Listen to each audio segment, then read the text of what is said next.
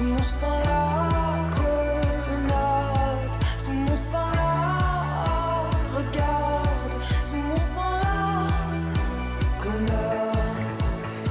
Et là, on va saluer une artiste dont on commence à beaucoup parler. À beaucoup entendre. Elle s'appelle Clara Luciani.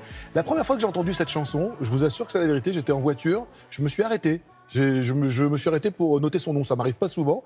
Je me suis dit, tiens, une voix comme on n'en entend pas souvent, un message avec des mots qui ont un sens, une musique entêtante. Elle s'appelle Clara Luciani, elle a tout juste 24 ans et elle faisait quasiment ses premières Franco. Je dis quasiment parce qu'elle était venue en off l'an passé. Les Franco, c'est les Francopholies. Les Francopholies où nous étions.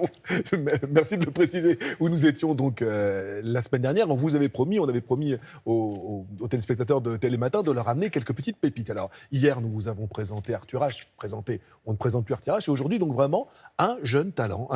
Elle s'appelle donc Clara Luciani. On la compare beaucoup dans la presse. Moi, je me méfie toujours des comparaisons. On ne peut que lui souhaiter que de ressembler à elle-même. C'est vrai il y a une apparence physique qui l'a fait ressembler à Françoise Hardy. La voix, moi, elle me fait beaucoup penser à Nico du Velvet Underground, la célèbre chanteuse du Velvet Underground. Elle a vraiment un langage particulier. Ce qui fait un artiste, généralement, c'est sa singularité. Elle n'en manque pas de singularité. Nous étions là avec elle. Alors, c'était en pleine répétition. On entendait un petit peu de bruit derrière. Vous allez voir, les francophonies, c'est toujours extrêmement vivant, extrêmement bruyant. Clara Luciani, je vous laisse la découvrir.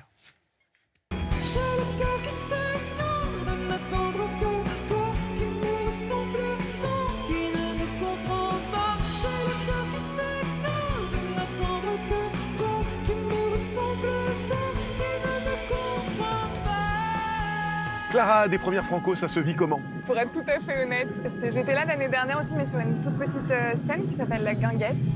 Et c'était déjà super chouette, mais on peut dire que c'est mes premières Franco depuis la sortie de l'album, si vous voulez. Comme Des ça, premières ça arrive. Franco vraiment professionnelles. Voilà, exactement. Je pense aux fleurs qui sont parfaites et qui n'ont pas d'autre rôle que de l'être. On se sent comment un matin quand on quitte Septem-les-Vallons pour monter à Paris ? C'est beaucoup d'émotions. Moi, j'avais l'impression d'avoir été 19 ans en gestation dans le sud de la France. Je m'étais quand même beaucoup ennuyée, beaucoup cherchée. Donc il y avait un truc comme ça de libération.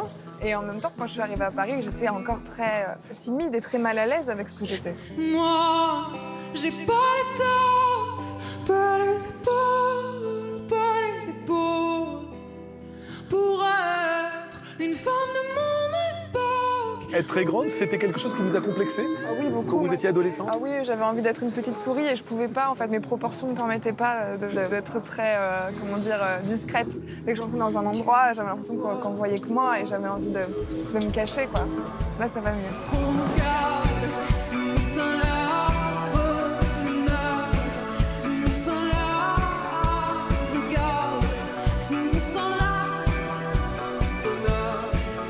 On entend beaucoup en radio en ce moment une chanson qui s'appelle La Grenade. Cette chanson a été écrite comment ? Un jour de ras-le-bol, je pense.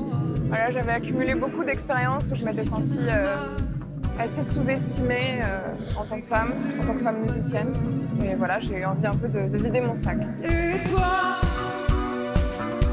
je pourrais te faire mal, je pourrais te blesser, oui, dans la nuit qui frissonne. En concert, les gens me parlaient beaucoup de cette chanson-là. Mes amis d'abord, quand je leur ai fait découvrir un peu toutes les chansons que j'avais écrites, beaucoup avaient cette chanson-là en tête. Et ensuite, le public, quand je jouais, m'envoyait des messages, des trucs pour me dire c'était quoi cette chanson que tu as jouée à la fin. En fait, elle s'est imposée d'elle-même, quoi. Regarde, sous mon sein la grenade. Moi, je crois que le plus grand piège dans lequel on est parfois tenté de tomber, c'est peut-être le piège des tendances. D'essayer de s'aligner, de s'inscrire dans certains codes qui vont être à la mode, tout ça, et de finalement se perdre en authenticité. Et moi, c'est quelque chose que je ne veux pas, quoi. Vous savez très bien où vous ne voulez pas aller. Voilà. Regarde, sous mon sein la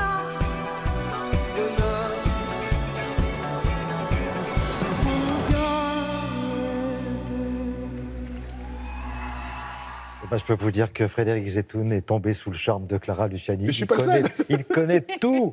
tout, depuis sa ville de naissance jusqu'à aujourd'hui. Alors c'est vrai qu'elle a vécu à Septèmes-les-Vallons. Elle a quitté un matin à 19 ans Septèmes-les-Vallons pour venir à Paris. Elle faisait des études à Aix-en-Provence et d'histoire de l'art, mais elle voulait avoir un rapport beaucoup plus organique avec ce métier, et donc le faire et non pas le commenter et non pas l'analyser. Septèmes-les-Vallons, pour la petite histoire, Zidane a vécu là-bas. Et son premier club était à Septèmes-les-Vallons. Il faut croire que quelques stars sont originaires de cette petite ville, de cette ville qui n'est pas très très loin, est très très loin de Marseille. Elle a eu quelques jolis parrains dans ce métier. Lorsqu'elle est arrivée, elle a fait partie du groupe La Femme, un groupe qui tient une place importante dans le cadre de la nouvelle scène française. Et puis il y a un certain Benjamin Biolay qu'il a très vite repéré et qu'il a un petit peu pris sous son aile, qu'il a prise en première partie. Et ses premiers pas sur scène ont quand même été faits donc sous la houlette de ce grand auteur-compositeur, révélateur de talent aussi.